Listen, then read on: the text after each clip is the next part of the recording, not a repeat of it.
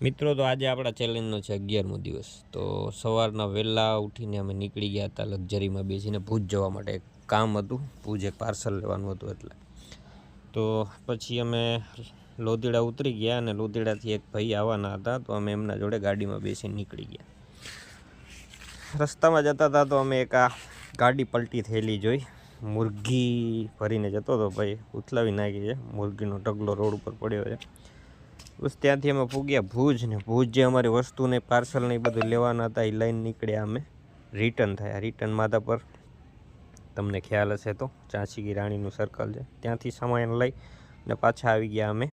પાછા પૂગ્યા અમે ઘરે અને ઘરે નાહી ધોઈને તૈયાર થઈને આપણે પૂગી ગયા છત ઉપર। તો આ મારી ફેવરિટ જગ્યા છે સાંજના ટાઈમે બેસવા માટે। છત ઉપરથી બહુ સારો એવો નજારો અને સાંજે સનસેટ પણ મસ્ત દેખાય છે। તો મિત્રો, આ તો આજનો વ્લોગ, બસ કંઈ ખાસ છે નહીં। ચાલો મળીએ કાલે નવા દિવસે નવા વ્લોગમાં।